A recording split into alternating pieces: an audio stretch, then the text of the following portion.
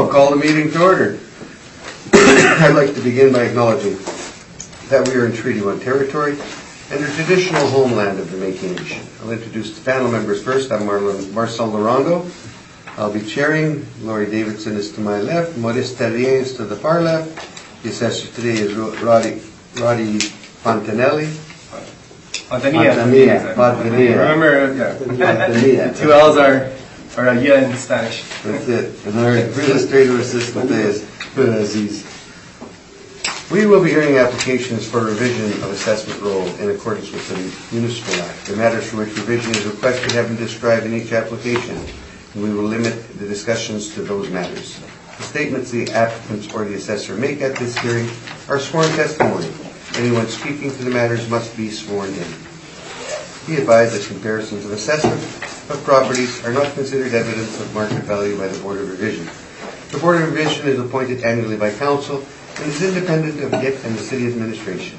It makes its decisions on the basis of the evidence provided at this hearing and issues a written order that will be mailed to all parties as soon as possible. Please note that the Board's decision with respect to an application may be appealed to the Manitoba Municipal Board if the matter pertains to assessed value or classification, or the Court of Queen's Bench if the matter pertains to an application of exemption from taxation. Should you wish to appeal, information on how to do so will be included with your Board order. With respect to the hearing process, I will confirm the matters to be addressed with each applicant following swearing in. We will then have the assessor's testimony followed by questions that the applicant may have, and then the applicant's testimony followed by questions. Each side will have an opportunity to summarize if they wish. Once all the evidence about an application has been brought forward, the applicant may leave. The process will repeat for each item on the docket today. The session will close after all the applications have been heard, and the Board will deliberate in private and make its decisions. You will receive the order by registered mail as soon as possible. As information, all public hearings are live streamed, recorded, and will be part of the public record. Please swear them in.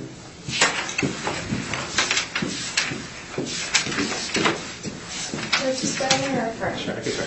Please state your full name. And you swear the evidence you represent is the whole truth and nothing but the truth, so help you God? I do. Thank you. You want to say? Yeah. Okay. Would you like to affirm? Yes. Please state your full name. Rocky Newfeld. And you affirm the evidence you represent is the truth, the whole truth, and nothing but the truth, so help you God? Thank you. And would you like to swear in or affirm? Affirm. Okay. Please state your full name. Harrison Newfeld. And you affirm the evidence you represent is the truth, the whole truth, and nothing but the truth? Yes. Thank you. Please make sure your phones are all on silent. We will start with the file number 155 Nassau Street, Unit 105. When you are ready, Roddy. Thank you. Set value right now.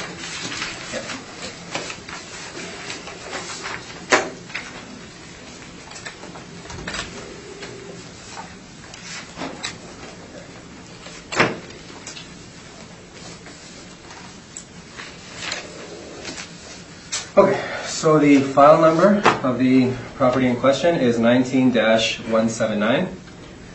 Roll number is 1203-275-9000.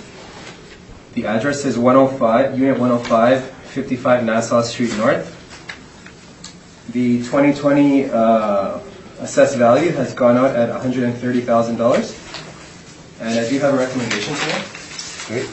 Let's hear your record. I'd like to give a recommendation of $94,000. There's our recommendation, and that would be based on a market model approach. We use some comparable sales both within the building and within the downtown area. And we devised, through our analysis, we came up with a price per square foot of $196. We applied the $196 price per square foot to the unit size of 480 square feet. Now, I'd like to also add that I've been in consultation with Ayrton. I was looking at some of the information we had. And there was a question as to the size of the unit. In a market model approach, when you're doing a price per square foot, the size of the unit is a very crucial characteristic. So I've offered the recommendation at $94,000 based on the 480 square foot area that we have on file. I did bring some scanned copies of some building codes. Unfortunately, I didn't include them in the original presentation because I was focused, on putting together the brief, and I never noticed that we had a discrepancy in the area. So I'm not sure if I can submit them or not. We can talk about it. If not, it's okay. We can just speak about it. But these are the scanned building plans that we have on file, and it shows the area that was being used does calculate out to 480 square feet, which is what we're using on file. If there's any question about the size, or if there should be a size adjustment based on some more recent information presented and some newer building plans, I'm open to looking at that. The price per square foot was only applied on the area that we have on file. So I just want to be clear about that value that I'm recommending, it can change if there's any new information brought to light in regards to the size of the building. Okay. Are you okay with that, or are you going to challenge the square footage? Yeah, we are challenging the square footage. Okay, let's go in. Okay. Give me all of your presentation. Okay. So if I can first direct your attention to page 7. I have included some information in regards to the parcel itself. So on the first page I have 2 images. The top image is just an image of the outline of the parcel. On the bottom it's a pictometry image, an overhead view of the subject property. On page 8, the following page, I've included some Google images just showing the condo unit in question, or the building in question, I should say. I didn't have a chance to inspect the property, so I have no more images beyond just what we have on file, just so that I'm clear on that. So if I can direct your attention back to page 2, we have nothing, sorry, we have no information on there in regards to any recent sales or any lease information. On page 3, I've included some comparable recent sales in the building. Now these sales that I've included, I want to speak to the fact that these are residential sales that are in the building itself. Unfortunately, we couldn't find any market data on recent sales on the commercial condo units. So what we did is that we did an approach on using recent residential sales in the building just to get an idea of the price per square foot of what these buildings are going for. And so on that page, you can see that in the building itself, there's when you take the 4 sales that we've provided, it shows a range in price per square foot from the lowest end at $210.53 and at the highest end $241.90. And the time ranges from January 2018 through March 2018. So our original assessment went out at $130,000, and when you do the calculations on the square footage, it equals up to $270.83 per square feet. On the following page, on page 4, we have a tailored recommendation just showing how we arrived at our values. And so we have a little write-up there just showing that we had 4 residential units sell in 2018.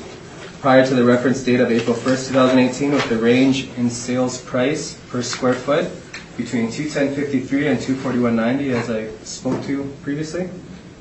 And as well, we have a commercial condo sales chart there that shows a range of sales for commercial condos. And so I'll just read verbatim here on the paragraph that we found and analyzed 8 commercial condo sales that occurred prior to the reference date between 2015 and 2018. These sales have not been time adjusted. They've only been analyzed to establish a sales price per square foot. The commercial condo sales prices range from $134.14 to $318.59 per square foot. The average sale price per square foot is $196.17.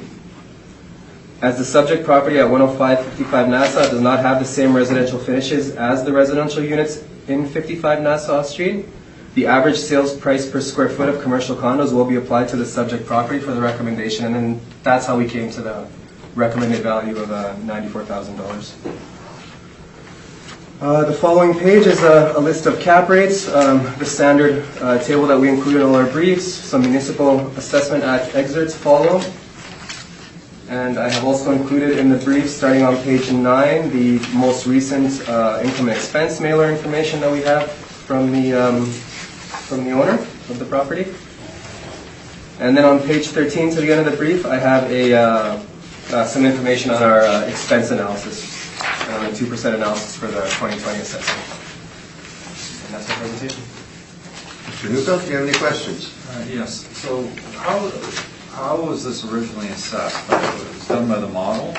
So originally my understanding of it is that all the previous assessment cycles we use model-based parameters in place for the commercial condo units.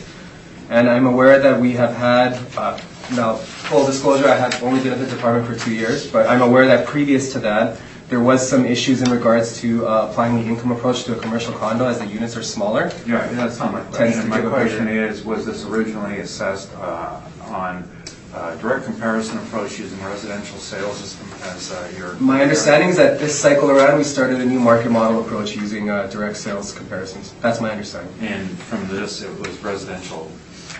Yep, and then that's why we made the adjustment on it as well. We're recognizing the fact that their residential components they usually are fitted for living in, whereas commercial So the condos... recommendation was a change to you with the commercial condo sales. Right. Okay. Now, what does the mailer say for the square footage? The mailer shows 410 square feet. Did you have an opportunity to check the notes in your file from Jamie Fougere from last year? I didn't look at that. The only thing I looked at for the area was I looked at the past 6 years worth of mailers, and the areas fluctuate from 410 to 425. So it was difficult to put my hat on an area and say this is the area without having I didn't make copies. official building plans. I didn't make copies of this, but I'm just wondering if you've seen this. This is an email from Jamie Fougere, the last manager. He did an inspection. We measured it.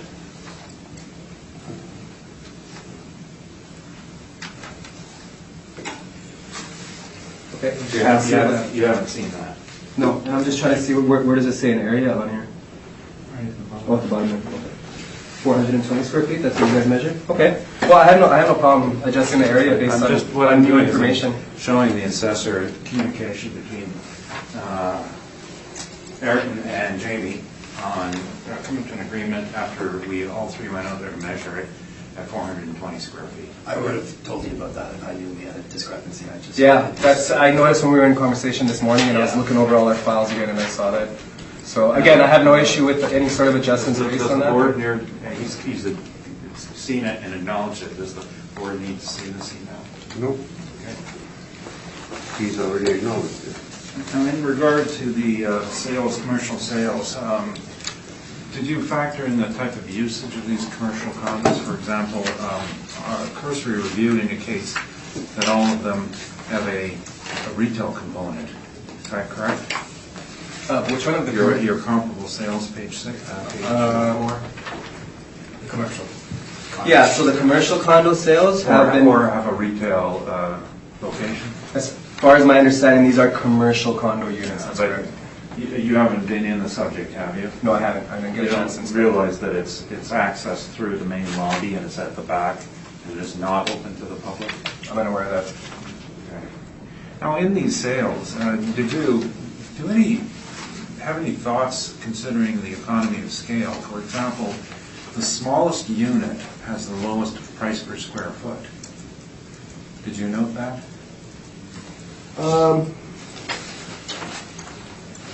Which one, sorry? Which comparable on page 2? The last one, 211 Bannatyne, is Oh, you're looking at the next 246 okay. square feet, and it's sold for 130. You know what? Sorry. I don't mean to. Oh, are you finished? No, I was just saying, did you look at that? I did. There was a question about that sale. My understanding of that is that it was an outlier. I have no further information on it beyond that. From my understanding. If that was an outlier, would the one at $318 then also be an outlier? That's a retail store on Waterfront. Which one are you looking at, sir? Second one, 296. 296 Waterfront? It could possibly be. I use the data that was provided to me in regards to commercial condo sales. I can't speak beyond that. So the bottom line is you didn't look at any sort of adjustment for accessibility, quality, that sort of thing. My only concern was just looking at trying to find a comparable price per square foot. Those are my questions. Thank you. What is? Any questions? Yeah.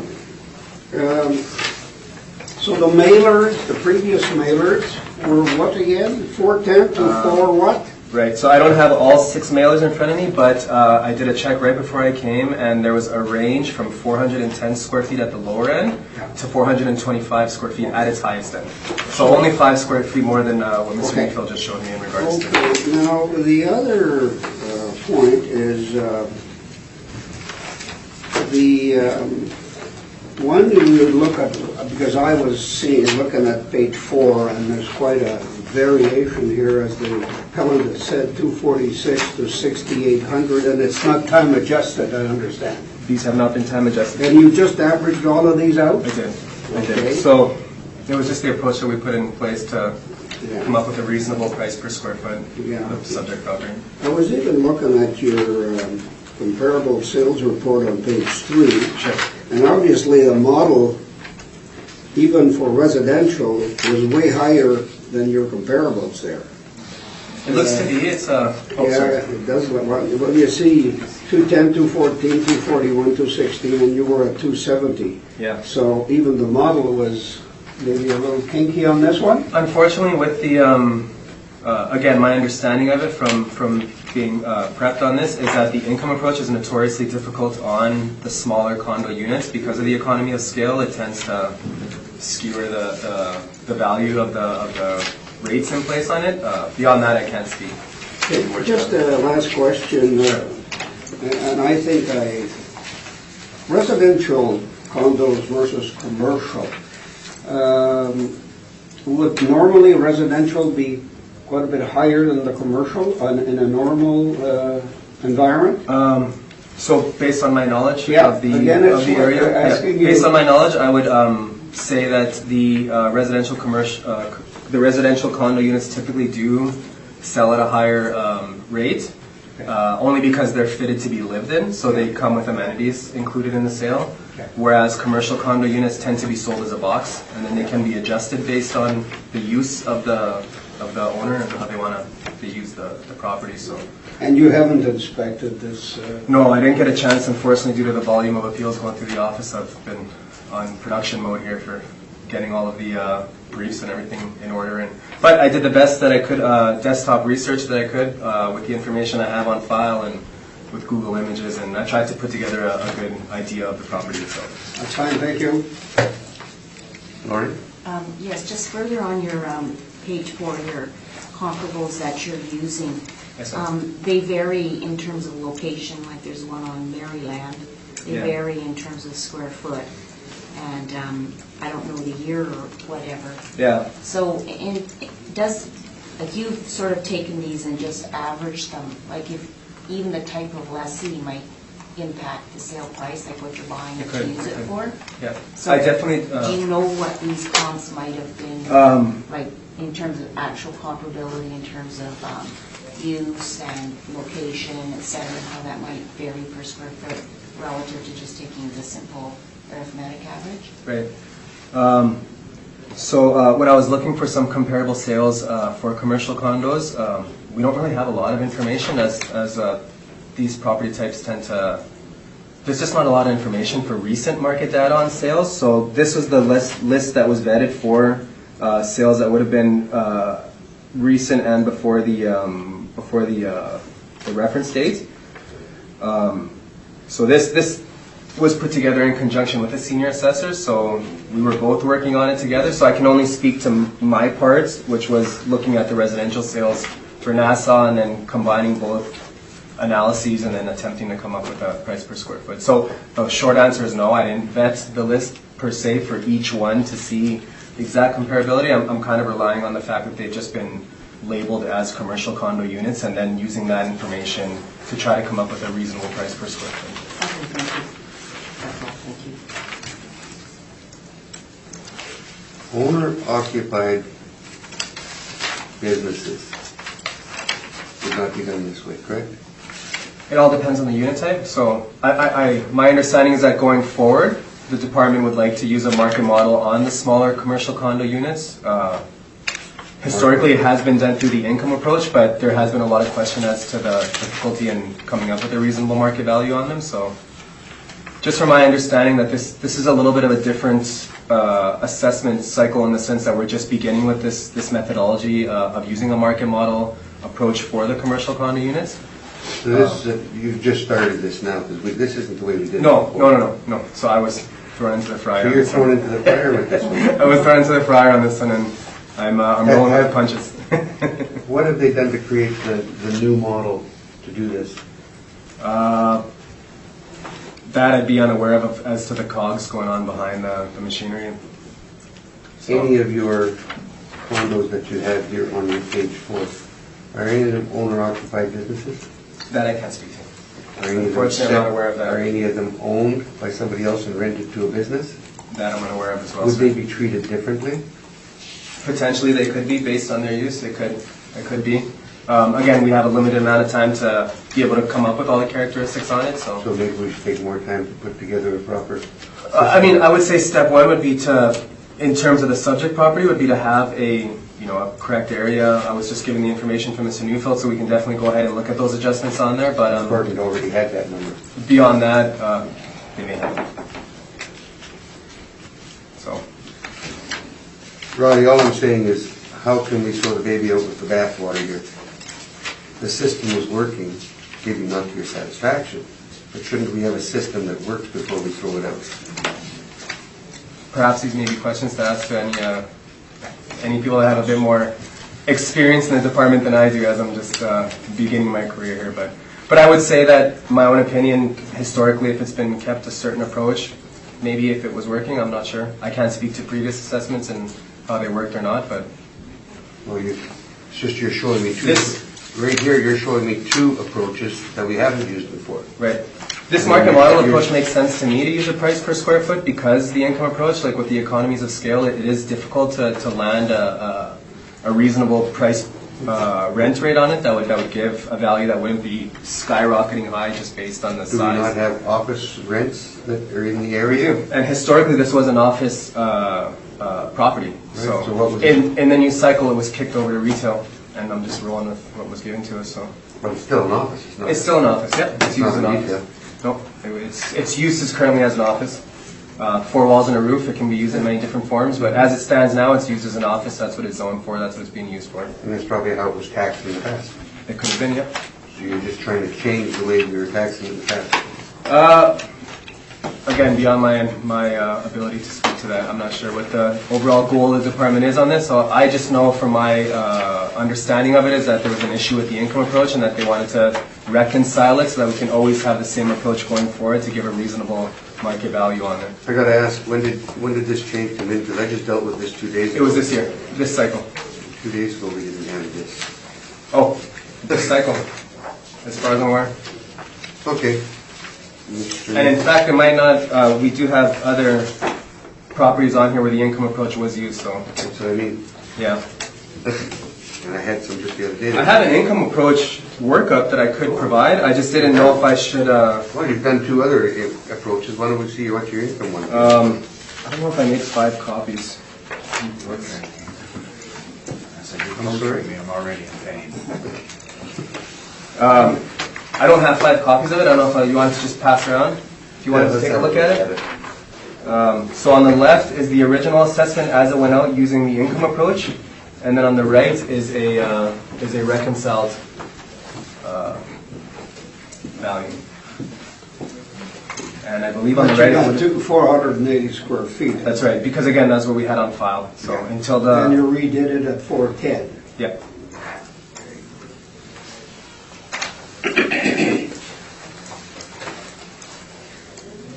So by using the same model approach, or sorry, the same model parameters that was on there, I just changed the size to what was given, to what was reported at 410. It reduced the value from 119 to, I believe is the value on there 98, does it say at the bottom, 98,000?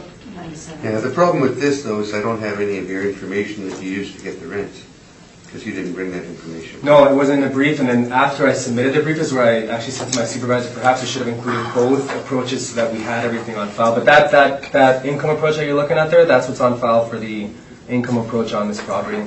So you can see that on the second, when it was put the rent rate that was model driven, but the area And if you look at the parameters, the value comes out to, what does it show there, 97,000? Yes. And so my reconciliation based on the value that we came up to using a price per square foot is 94,000. So we're below, but we're very close to what the income approach would have given based on correcting the area. You want to pass it? You might want to see it. You might not. Just by correcting the area, Mr. Neufield's. Okay, I'm going to move on to Mr. Newfield's presentation. Okay. You got to keep it now, we've seen it. The subject property is first floor, 55 Nassau. It's located beyond the security door. So there are about 4 shops on this level. The original intent, it's a very large condominium complex, is that these were service providers for the residents. This isn't for outside business. And as such, it's a limited usage. They're not accessible by the public. Now, the public can get in there by buzzing them and going in, but it wasn't the intent of the site. And you're also going to have a really poor draw for any sort of use other than somebody who knows you're there, either from being in the building or being referred to you. So it's a very poor draw. Now, the concept of which approach to use, sales of properties like this are very rare, and that is limited use properties or restricted use properties. However, there are more rents in the market for restricted use, and a great one that comes to mind is the proverbial cafeteria or cafe in an office building that's there for contractual reasons to service the existing tenants of a building, or those sorts of things. Where they don't sell to the outside, but they have on the inside. For example, 215 Gary has the Jackpot Cafe, Pier 125. The Old Medical Arts had a Salisbury House. These are all really low rents in comparison to the rest of the building. This property was inspected by ourselves and Jamie Fougere 2 years ago. This is like, we go out and inspect all the hotel properties, but we were all rather confused about it, because we wanted to get down to some basics on it, and we did measure it together. Now, I know the owner's saying 410, we're saying 420. I think the difference is I used a glass-to-glass measurement, so there was a bit of space that was protruding into the lobby, so I counted that, and that's where I come up with 420 versus 410, because that's the right method, glass-to-glass. But wall-to-wall would be 410. We're using a rent of $10 a square foot, and we have a number of examples on page 6, just a whole bunch of different uses, and it's going to fall to the bottom of the scale, being what it is. Incidentally, on page 5 is the workup that was provided for our recommendation 2 years ago, 420 a square foot at $12. There was a recommendation. It was a significant reduction, and as they say, bird in the hand. We still think $10 is the right number. And as far as the cap rates are concerned, this thing is obviously a very poor investment property, as you can tell from the income and expense form. It was originally occupied by the owners, and they since could no longer practice there, so now they lease it to a lawyer. So as you can see, page 4, their NOI per year is $595. That's the best deal they could get on it, $595. So we didn't use that number because we do have to assign it a rent that's at least supported by the market in terms of an inferior use office building with limited access. And of course, the other thing is we have put on a non-recoverable allowance, which is very, very small, but so did the assessor last year. And I don't know if the board wants me to go into the whole non-recoverable allowance calculations on pages 45 to 48. But I had this thought, and I was actually saving this for another board member, so maybe I rehearse this concept. If you were an engineer and you decided that the ground had certain tensile strength or supporting strength, and you engineered your foundations to that, And the government came along and said, no, those aren't the right numbers. It's the government. We passed a law that says we're changing this. Did that engineer go along with it? No, because it's a professional standard. And it's the same with these, with the non-recoverables. It's a professional standard. City of Winnipeg's got no right to go against the market and come up with their own valuation methods all by themselves. That's my presentation. Thank you. Questions, Roddy? Just one question for Mr. Neufeld. I noticed that you used the $10 as a net rent Yes. per square foot. Where did you come up with that $10 from? It was a conclusion based on looking at the rents in the area, and it was applying a nominal rate. On page 6, we have several offices. Many of them skirt the central business district, and they're ranging from $5.44 up to $16, and particularly influenced by the quality and the reach of this site. It's a small site, so it's going to, like normally if this was a larger site, we should be looking at around $5, but with a small site, it's affordable to a lot of users who could probably take a risk on it. So it was our opinion 10 was good. Based on the office rent market data? On that, plus our own market knowledge. So on page 6 for your office comparables, and we're using this as part of the data researching, 470 River, 960 square feet, $12.50. Yeah, well, 470 River is a retail location that has street side access. Oh, okay. So that there's an example of you have to have a discount for not having that. Okay. Okay, that's all I wanted to know. Thanks. What is? Yeah, I noticed that the last time around, on page 5, that's the assessor's offer, and the cap rate was 7.5. Were you involved in the previous assessment? Not prior to this one, no. No, okay, because I see you're looking for 8.25 on the cap, so I'm just wanting to get a clarification on that. He'd offered us 7.5, and this value of money, difference between 7, what we wanted was something in the 8s, and so we were 3/4 of a point shy. It's going to make a difference of about $3,000. So yeah, I know, but that was our decision process. okay. I think the major things we were looking at were the size of the area and the applied rent. So 2 years ago. I mean, I don't want to belabor the point, but still, you had an agreement between the two at 425, then you're sticking to 420. So I don't know what that means. No, the agreement was with 420. Agreement's 420. That's With Jamie? yes. And then page 5, that was made by Jamie. Because I didn't see that, but you Look on your page 5. Yeah. Our page 5 that was made by Jamie. Yeah, this is all the Jamie's work, not ours. Yeah, no, Jamie's and I'm work. talking about the square footage.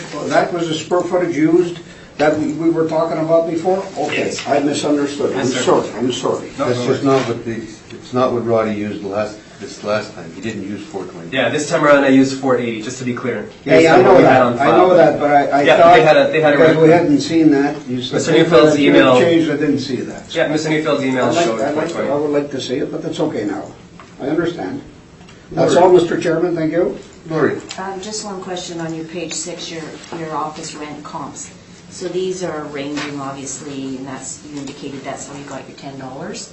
Right. So are these comps, I mean, they're in different areas of the city, is the primary reason that you're saying they're comparable, I think I heard you say, could be wrong, was size, No, I mean, type? ultimately what I was looking for was something that had a restricted usage So it's a restricted usage? and we didn't have, actually, none of those made the list. We do have a couple of restricted usage ones, a couple of cafes that were $4 and $5 in downtown office, and they were larger areas.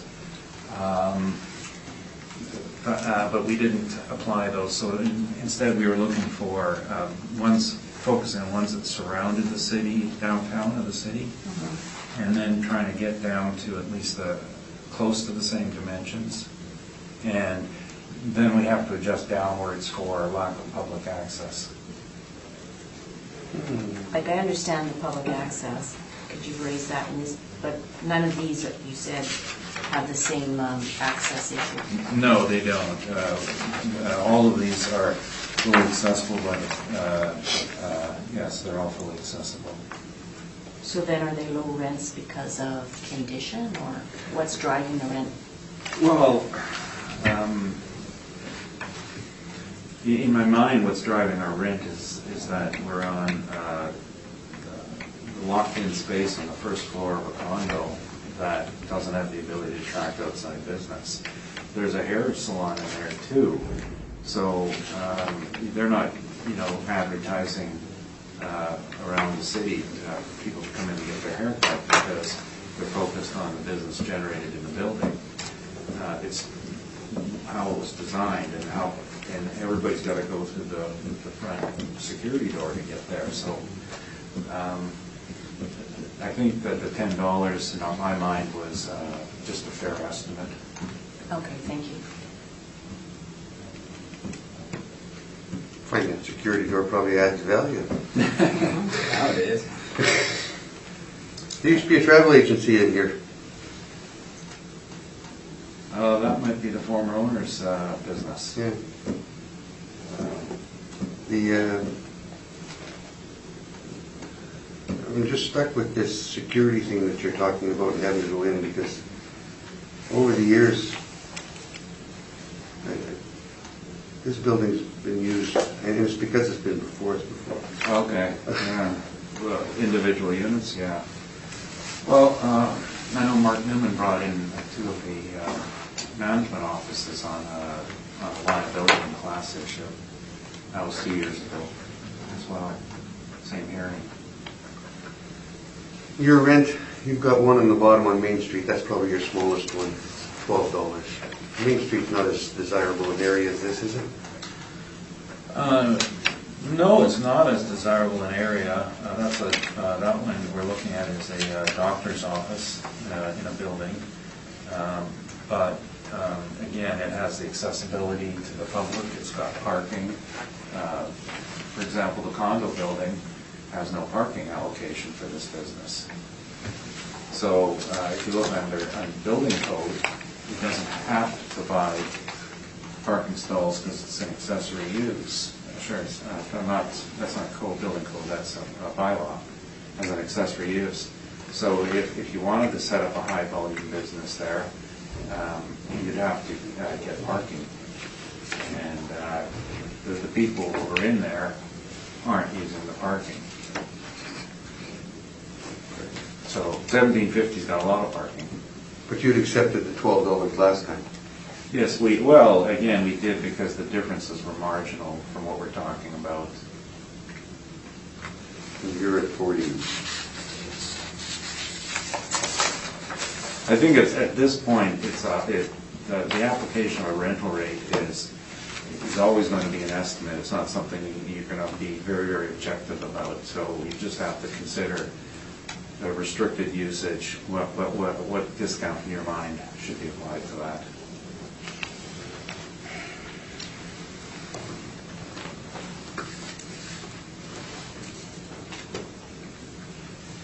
Nobody ever wants to make it easy. I'm done. I'm not doing any changes on this. Don't worry about it.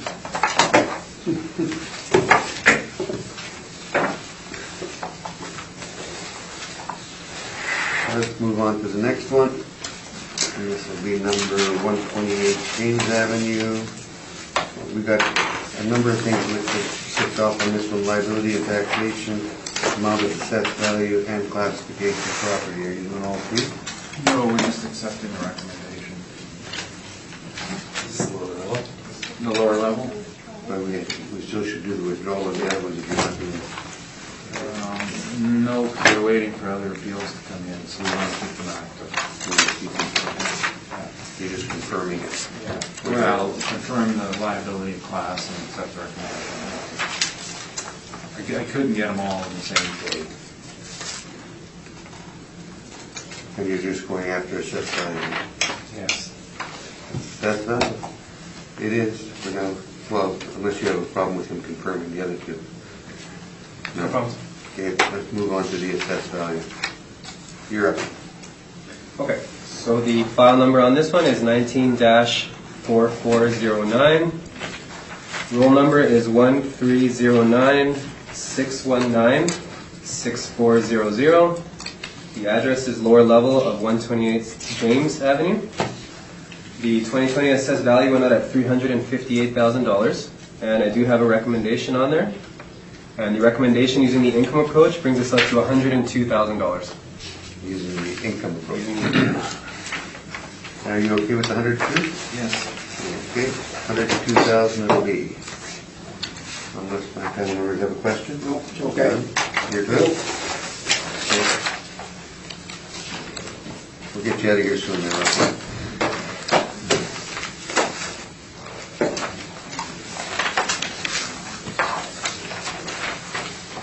Next property is 128 James Avenue, Unit 100. We have the same issue on this one. We've got liability, amount of assessed, and classification. We do with this one, Rocky?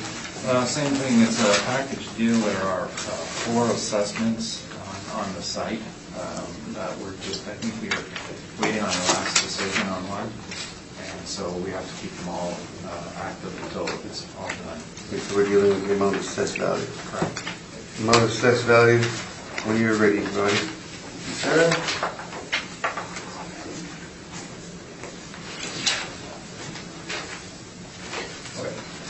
So the file number for this subject property is 19-4413. Roll number 1309-619-6500. We have, the address is Unit 100, 128 James Avenue. We have an assessed value for 2020 that went out at $685,000. And I do have a recommendation to offer. So after reviewing some of the characteristics, we have updated our parameters and we have a recommended value of $609,000. Not even what's on the bottom here. 609? 609 is what we're recommending. Using the Using the income approach. Income. Yeah.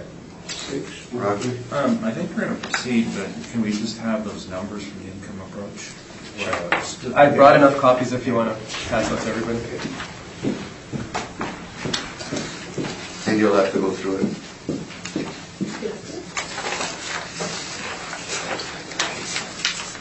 And then read the information onto the record on it too.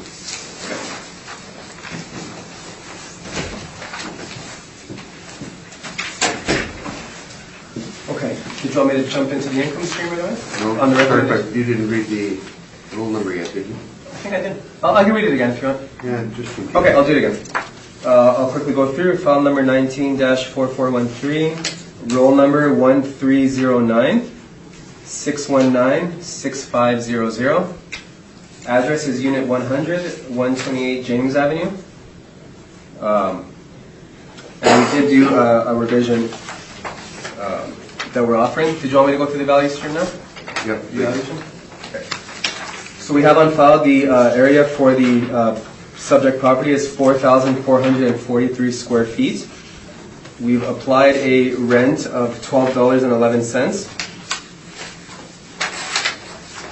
That gave us a potential rent of $53,805. We applied a 5.5% vacancy allowance on there, 2% expenses, which gives us a net operating income of $48,118. And then we've applied a revised cap rate of 7.9%, which gives us a market value rounded of $609,000.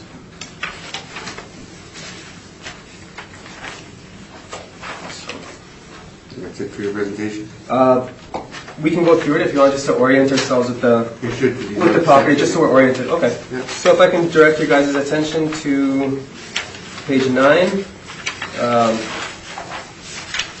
On page 9, I've included my standard 2 pictures of the parcel in question. The first one is just the parcel itself. The second one is the pictometry image. On page 10, I've included the image of the building itself. So full disclosure on this one as well, I also didn't get a chance to inspect it, but I included the pictures that I could include on there from the outside. We have the mailer that proceeds after that, and then the cap rating, or sorry, the information on the expense, on the 5% expense. And if I can direct your attention back to page 3.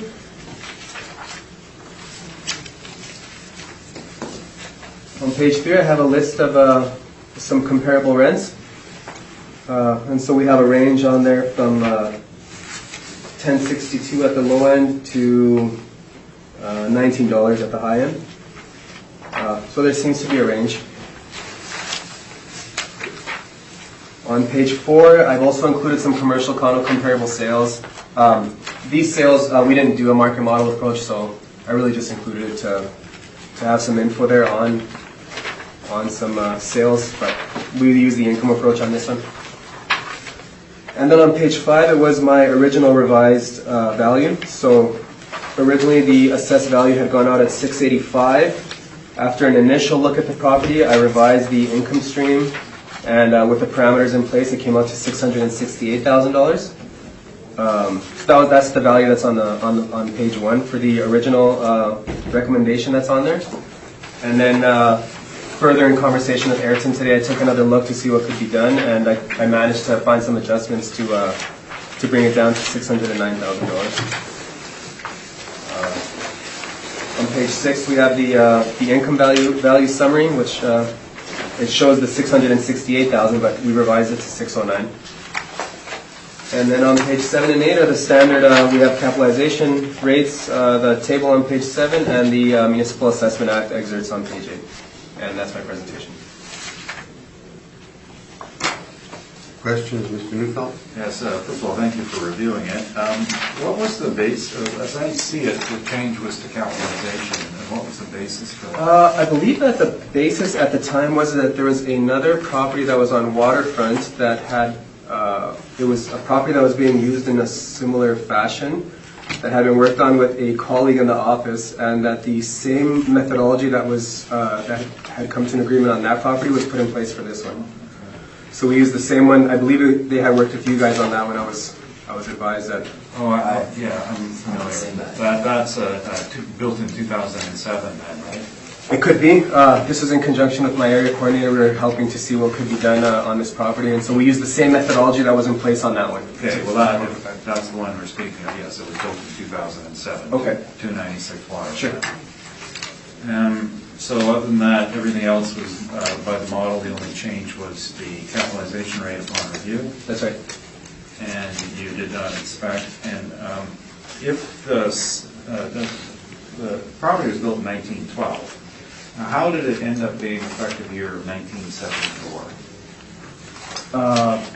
That effective age was put in place previous to my analysis of the property, so perhaps there would have been some work that was done that it was jacked up. I'm unaware of exactly why that would have been put on there.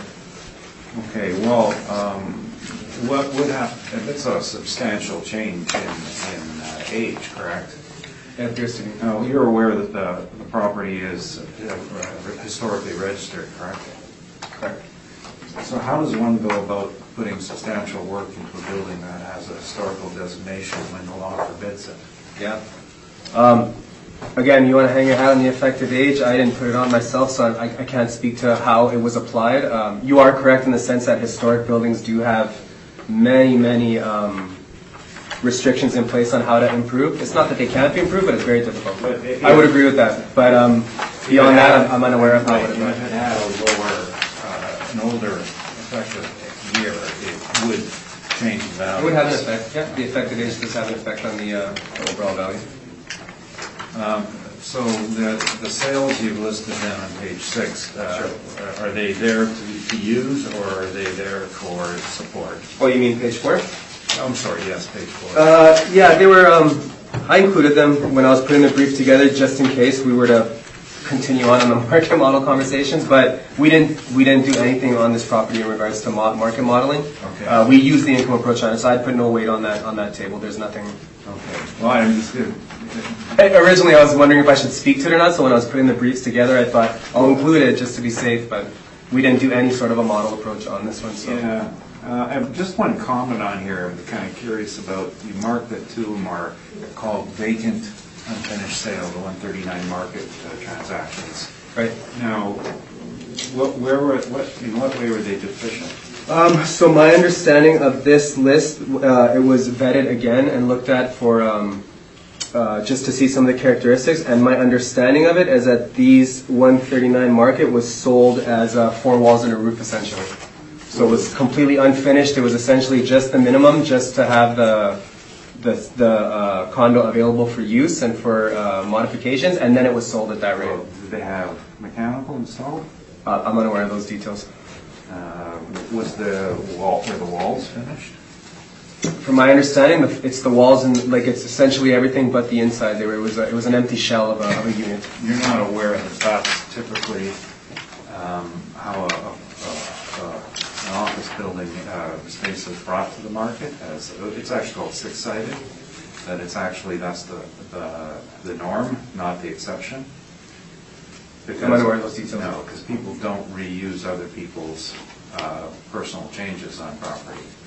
So you didn't inspect that property at all? No. But again, I didn't put any weight on this list, so. No, I understand We can go that. through That's it, fine. It's just that I had had the opportunity to appraise those properties for sale. Okay. So I disagree with those comments. If you have more knowledge on it, then you have more knowledge. Yeah, okay.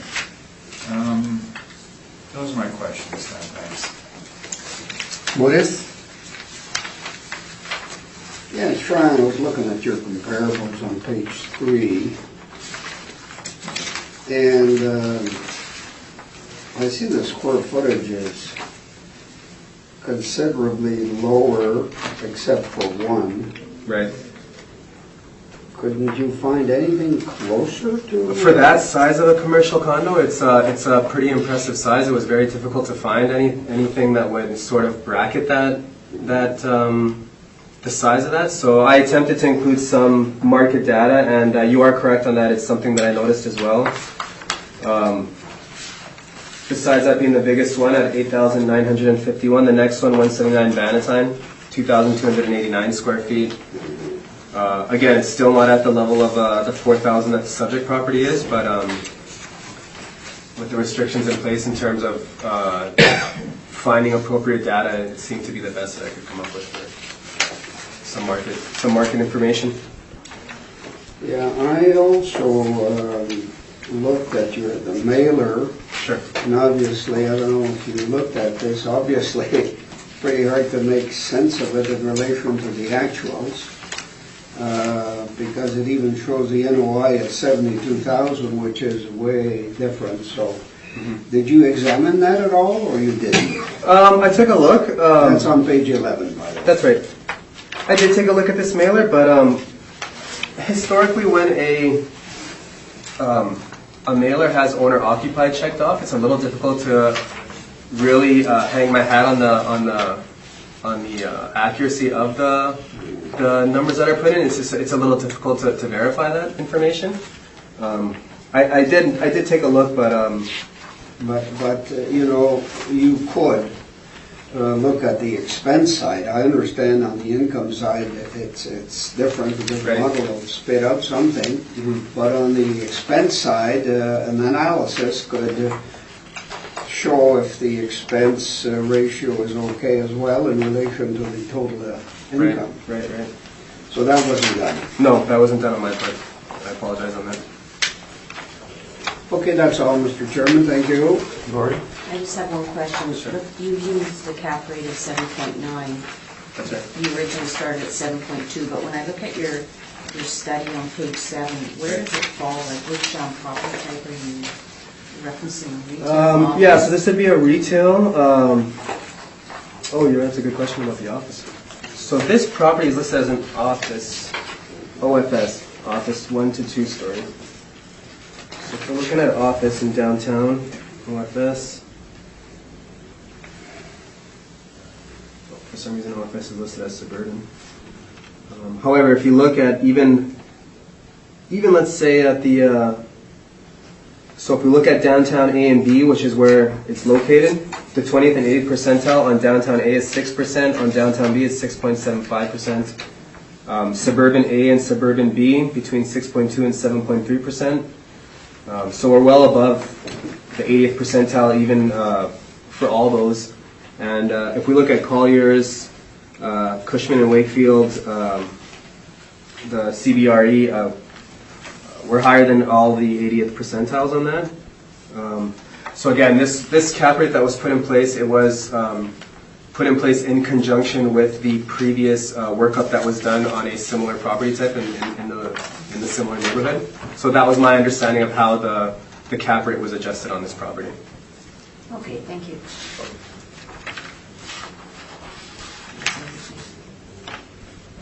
Did you call it retail before? Yeah, I accidentally made the mistake. It's because I'm in retail, so I just always assume that all my property types in my portfolio are retail, but I forget that sometimes we do have office within our portfolio. We have the odd office space that comes up, so it throws me off a little. It is an office space, though. From my understanding of it, it is an office space. Okay, on with your presentation, Mr. Newfield. Thank you. Firstly, the classification in this building was completely wrong. It's definitely not an OFS, as the assessment department seems to think. It's a loft-style warehouse conversion.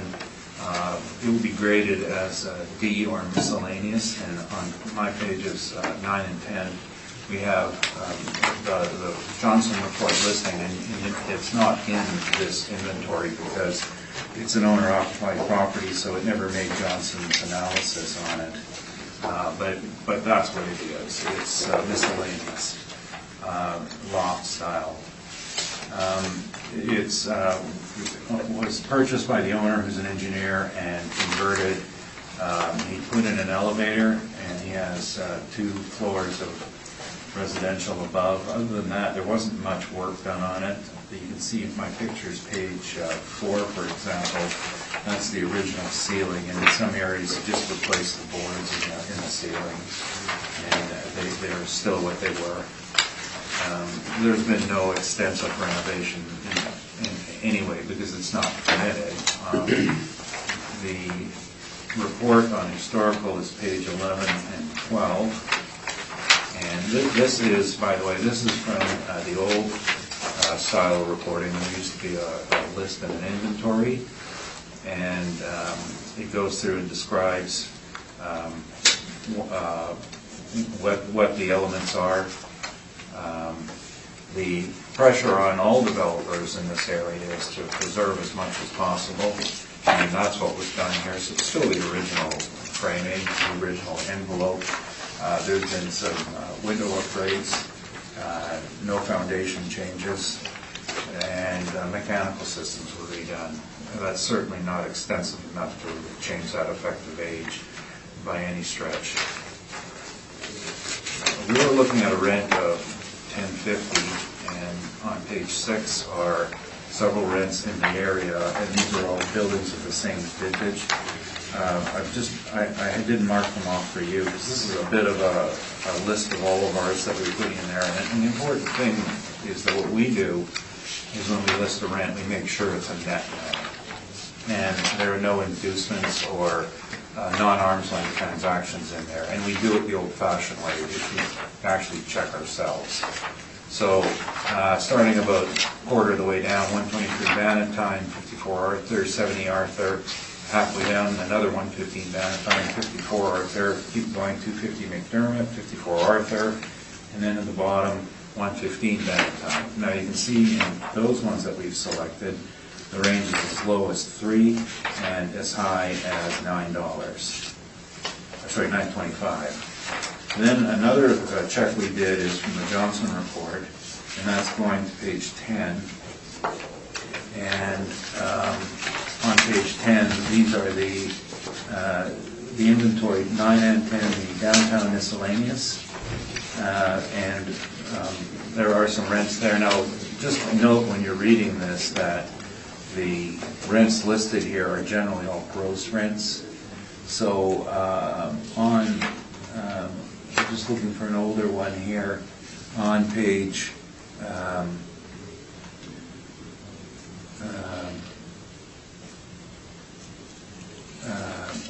10, about 10th entry, for example, is 35 King, listed at $18.95 gross, so that's going to be around $10. Moving down, there's 112 Market, 19 gross, 90 Market, 15 gross, 177 McDermott, and I think the assessor was using 179, is $9.95 gross. So that, and then there's some more McDermott's, 15 gross, 14 gross, and finally a 950 net at 309 McDermott. 321 is 1450 gross. That's our client. I know he's not getting 1450 gross. And some more in Princess, 12 gross, 1025 net, and 1050 net.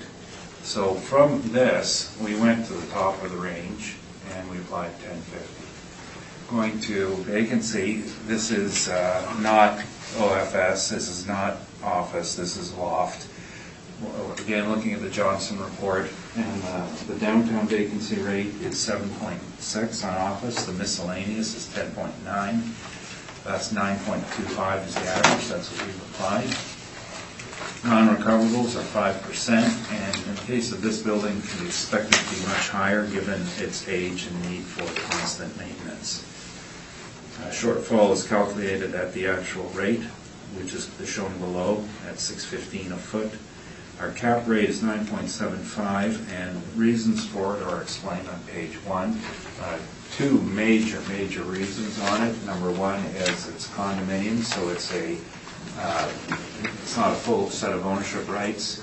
And number two, it's protected by historical designation, so it's not a great investment property. Nobody, as I was saying the other day in a hearing, is that when you have a heritage property and you've got a great idea that you like to buy it cheap and renovate it and get a tenant in, your tenant base is so small that you're looking to get lucky.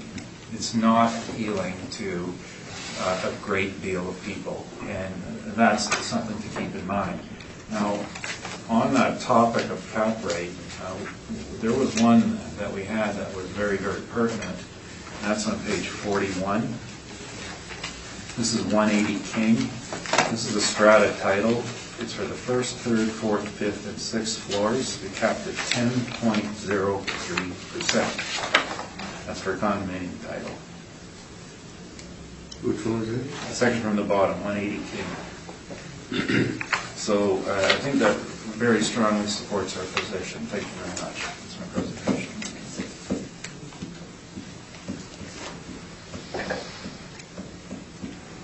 Right. Questions? Yeah, just hitting that last point you said there, Mr. Neufeld. So 10.03% for this, and you're putting some weight on this as an appropriate. Well, it shows the differentiation between normal buildings and condominium buildings, which is, in the neighborhood of 1.5 to 2 points. Okay. But you were just saying recently that the use is more of a loft style. It's not that we have it wrong on labeling it office? Is that the... Well, no, I'm not the use. I'm just saying that this is what it would be called, a loft. Okay. A loft warehouse conversion. Loft warehouse? Yeah. But the use, is it being used as an office by the owner? It is being used as in an office capacity? That's correct. Okay. So my last question for you would be, just for my own clarity's sake, so in 2018 it was assessed at $499. Yes.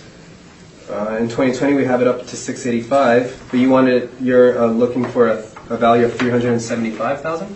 Yes. The value in 2018 was a recommendation made by the assessor, and there were a number of other factors. As I sort of talked about earlier, there are 4 properties involved with this. One is the basement space, then there's a garage space, and then there's an air rights issue.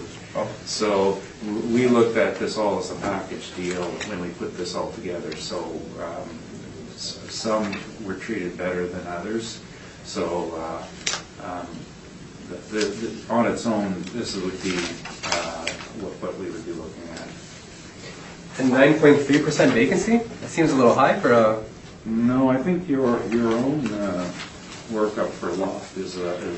Oh, I see. So you It's use the 11, parameters. isn't it? You use the No. parameters of loft and applied it on there, I guess? No. With your opinion being that it should be a loft instead of a... No, not at all. I mean, I'm just saying, had you considered it a loft, you would have been in the same, you would have had a higher vacancy, that's where it should have been.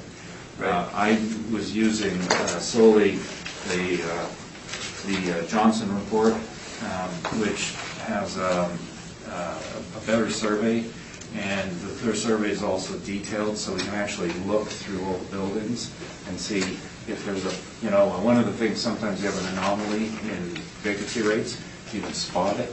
Okay. And then decide how much weight you put on it.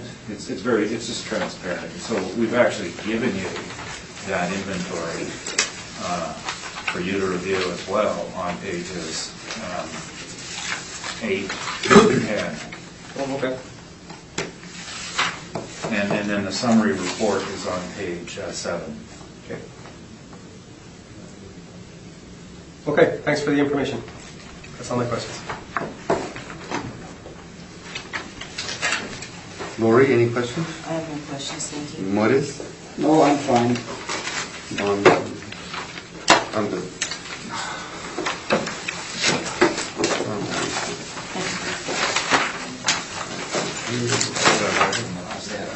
You guys done that? There's another one that's... We have one, I can do it. we have one property left with the Newfields. Yeah. At the end? Sergeant? It's the second last one. See you, Rogan. Item number 7. Take care. Just gotta get some air. Yeah. So we're going to, Are we jumping to the last call yours? Yeah, we're not. Okay, just to get them out of there, sure. I'd be keen to present, that's for sure. Okay. We're accepting a rec on this one too, All right. right? Yeah. Yeah, you presented it, right? Yeah. Okay, I present. gotta find it first. Read 687 and a half. 687.5, that's correct. Okay. Find it. What's that? Oh, no, just helping that. Yeah, 687, Sergeant. And what's the rec on this one? You have to give Oh, it he's to gotta us. read, he's Yeah, gotta he's read gotta- it. Gotta read it. We're gonna dive into the pool here. Okay, Everybody's got their papers. Ready? Yeah, I'm just waiting. yeah, we're okay. We're good to go? Go for it. Well, I am, I don't know, but Lori? I'm good. Lori, you Ready? Okay. Okay, so the file number for this subject property is 19-2276. Roll number is 1304-071-8100. The address we have here is 687 Sargent Avenue, although I guess it goes by 687 and a half Sargent Avenue. So we have two values for the assessed value that went out. As this is a mixed-use property, there's an apartment component and a retail component. So we have the residential component that had gone out at $102,000, and we have the retail component that went out at $216,000, which gave us a combined assessed value of $318,000. And I have a recommendation to make on that one. So based on the review of the property, we oh, and you know what? I have some of these recs to hand out to you guys as well. I couldn't remember if I printed them or not, but I did. Thank you.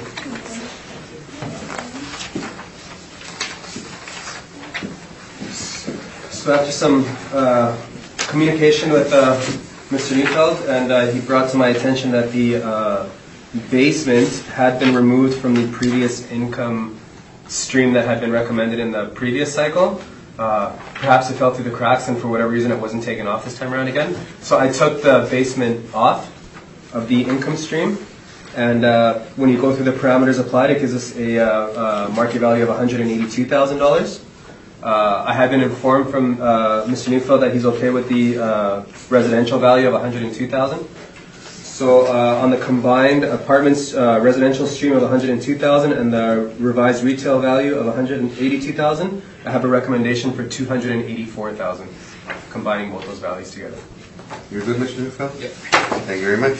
$284,000 it is. Yeah. That's right. Thank you. You don't have to rush, but we're going to take a few minutes.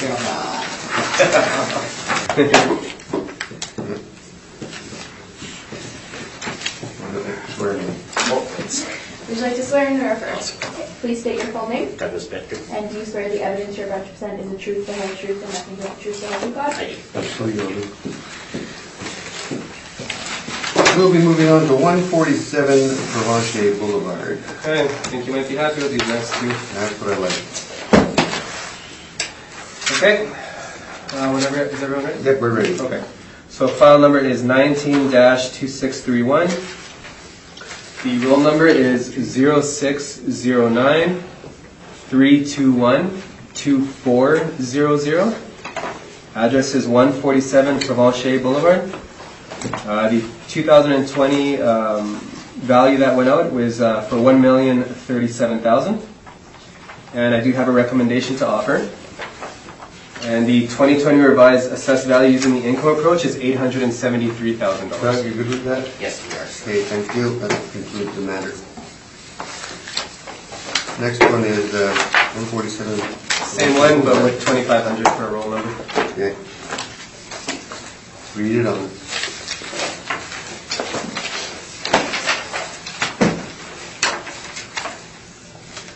So the file number for the subject property in question is 19-2636. Roll number 0609-321-2500. The address is 147 Provencher Boulevard. The 2020 assessed value went out at $908,000. And I have a recommendation, so for the revised assessed value using the income approach, I have a value of $875,000. Doug, We agree. you good? Okay, concludes the matter. Let's move on to 77 Edmonton Street, Unit 101. Your recommendation is? I have one. I'm not sure if Doug likes it, but I have one. Oh, he might like it Friday afternoon. You might. Who knows? It's okay. Everybody's ready to go? Yep. Okay, so file number is 19-2864. The roll number is 1209-284-0100. The 2020 assessed value went out at $350,000. And I have a recommendation to make. I got some paperwork for you to send. What's your rec, Doug? Well, we're slightly different. Oh, you didn't bump? No. Oh. Those are nice round figures. Yeah. So we had originally, had it at $350,000, and the reason being is that the tenant that was in there was a restaurant. So the parameter that had been previously put in place was for a retail restaurant store. But from my understanding, the premise is currently sitting vacant. The restaurant owner left a few years back, and so in talks with my area coordinator, we decided to change the parameters from the retail store back to just retail. And when we changed the parameters to retail, it updated both the rent that's applied, so from $15.97 it went down to $15.17, so a little bit of a drop. The vacancy allowance went up from 3% to 6%. The shortfall went down from $7.50 to $6.50. And most importantly, the cap rate went from 6.5%, which is model driven for the restaurants, to 6.9%, which would be a retail cap rate. And so when you go through the parameter, you have a revised value of $300,000 from $350,000. The questions, Doug? Questions, yes. The 1517, where does that come from? Is It's model driven. That's model. So is that model driven as a restaurant or model? This one would be model driven as a retail, based on the retail parameter that was switched from. So it was a restaurant. The puck that was put on it was for a restaurant, the parcel unit code, and it was switched to retail. Okay. And then that's what dropped the rent slightly, but increased both the vacancy and the cap rate. Okay, that's all the questions I have. What is? No, I guess I'll see what the appellant has to say. Thank you. Lori?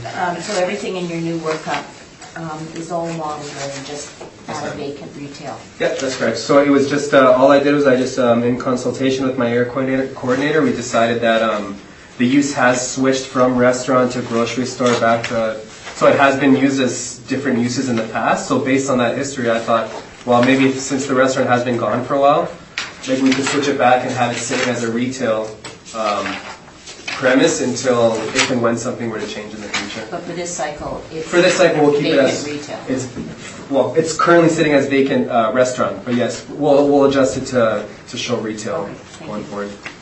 Is this a standalone?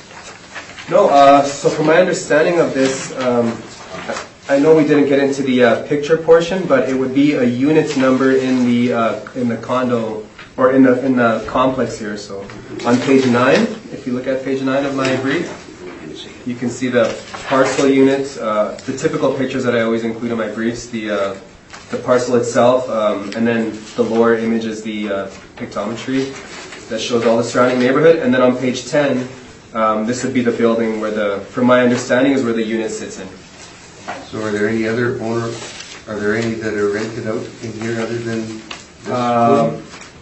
I just did an initial inspection of the building itself. I didn't inspect. It was the desktop inspection, I should say. I did that, so I didn't go myself physically to look, so I'm unaware if there's any. Just based on this roll number, when I punched it into our system, the only premise associated was this restaurant one that was currently sitting vacant. And then when I read the notes on it, that's what informed me that, it had been a grocery store and then it was converted to a restaurant, from my understanding. And then the restaurant owner had left, I think it was maybe 2 years ago now, and it's been sitting vacant since, or a year ago now or so, but it's been a while that it's been sitting vacant. Mr. Chairman. Oh, now they got questions. Yeah, well, it went a little too fast. I had Go ahead, Lori. thank you. I have a question on your vacancy. So the Sure. 6 is model driven. That's right. Given that you've mentioned this is in various configurations, is the 6 representing, I haven't really looked at your mailer, but Right. does that reflect the actual experiences? Well, according to the mailer, when we looked, there was a lease that was in place. So that's why I made no adjustments originally. This was something that I discovered today. But according to our lease, it actually shows, and this is why I didn't necessarily pursue it at the start, on page 13 of my brief, you'll notice that they do have a tenant listed as Little Maria's Restaurant. And they do have a lease that starts from April 1st, 2014 to March 31st, 2024. So it was a 10-year lease that was in place. And they're gone now. So I'm not aware of what happened that they would leave, especially when these leases have been signed and put in. But typically, from my own research and understanding, when it says month to month, it's an indicator that it could be a transient tenant that's in place.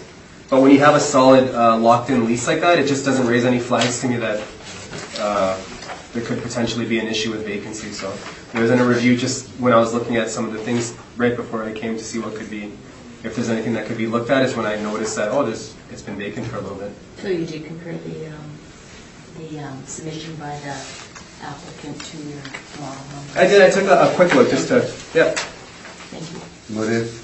Yeah, well, a little bit in that direction, like I was looking at the mailer on page 10, and Sure. obviously that's to the end of June 2017, with the reference date the 1st of April Yeah. 2018. So they moved out since, so I guess this is where the question of my colleague on vacancy It is could be, that's right. quite relevant. That could be. Okay, but looking at page 2, Sure. and you jumped over the sale I pretty did. quickly.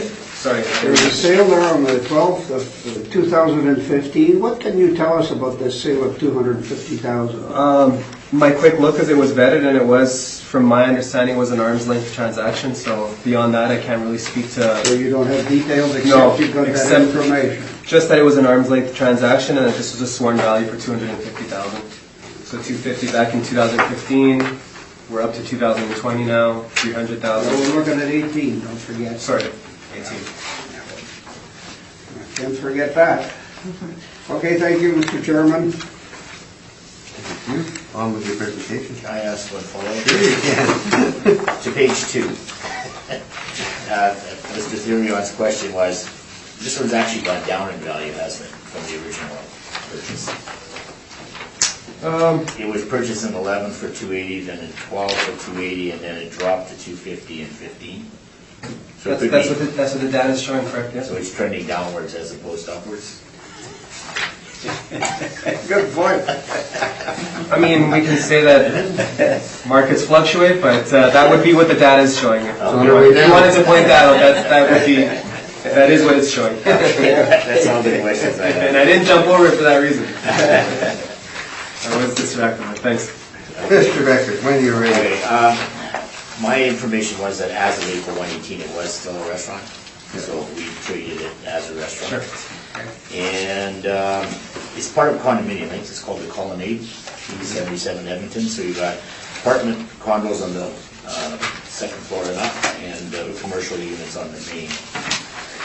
I cast the board to turn to page 6.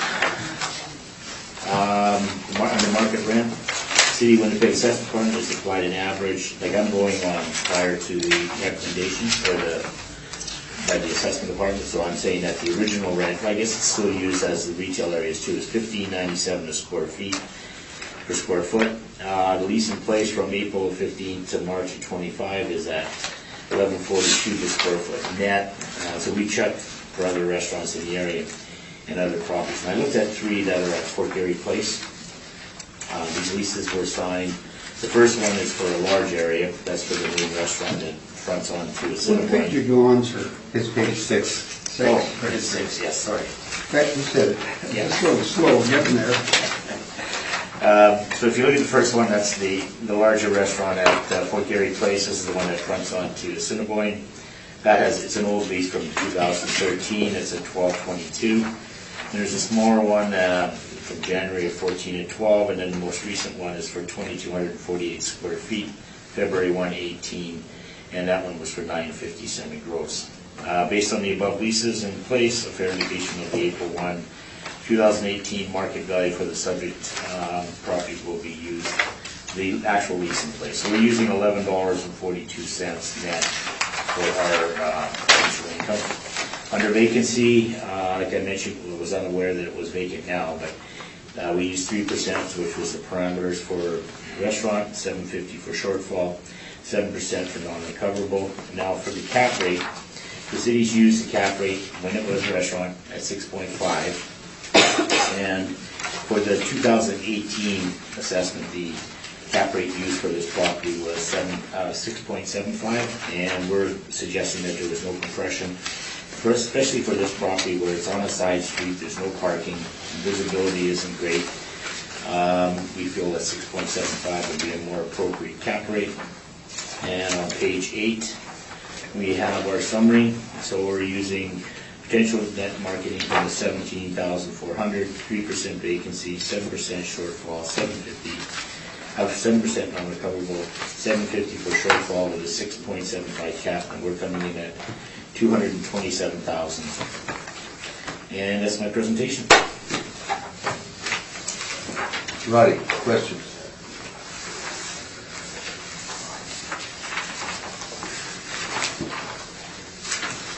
You know what, I wanted to ask some questions on the valuation, but I do recognize that we switched from restaurant to retail, so they might not necessarily apply. So I think I'm okay with this one. I'm okay with the questions. Well, I thought you meant you were okay with his number. Oh, no, I'm okay with the questions. I'm okay with our number. I'm okay with his questions. I just wanted to make sure it His was clear. presentation. Yeah, no, that's good. What is, any questions? Well, yeah, it's a little tricky because we're comparing. That's right. Things that are Kind of different threw things off to the now. side. It becomes, I guess, a rent issue basically, because the city's at, I think the square footage is the same, yeah. The city's at 1517, you're at 1142, so I guess this is where we have to Yeah, basically. try to make sense of this, and because the cap, everything is okay, basically. Well, it's a little different. Yeah, but they kind of wash. So, Yeah. so you're using, just to make sure, because I'm getting a little confused, on your comparables, on page 6, these are restaurants, right? Yes. Yes. They're semi-gross. Yes. So you've, okay, so using these 3, which then you've got it down to 1142. Where's that figure there? I haven't seen it here, so I missed it. used to be one here all the time in Scott. Thank you. I've got an extra one here. Oh, I've got it here. As it's lease in place from April to March is so it's the lease you're using? Yes. Okay, that's the turn I missed.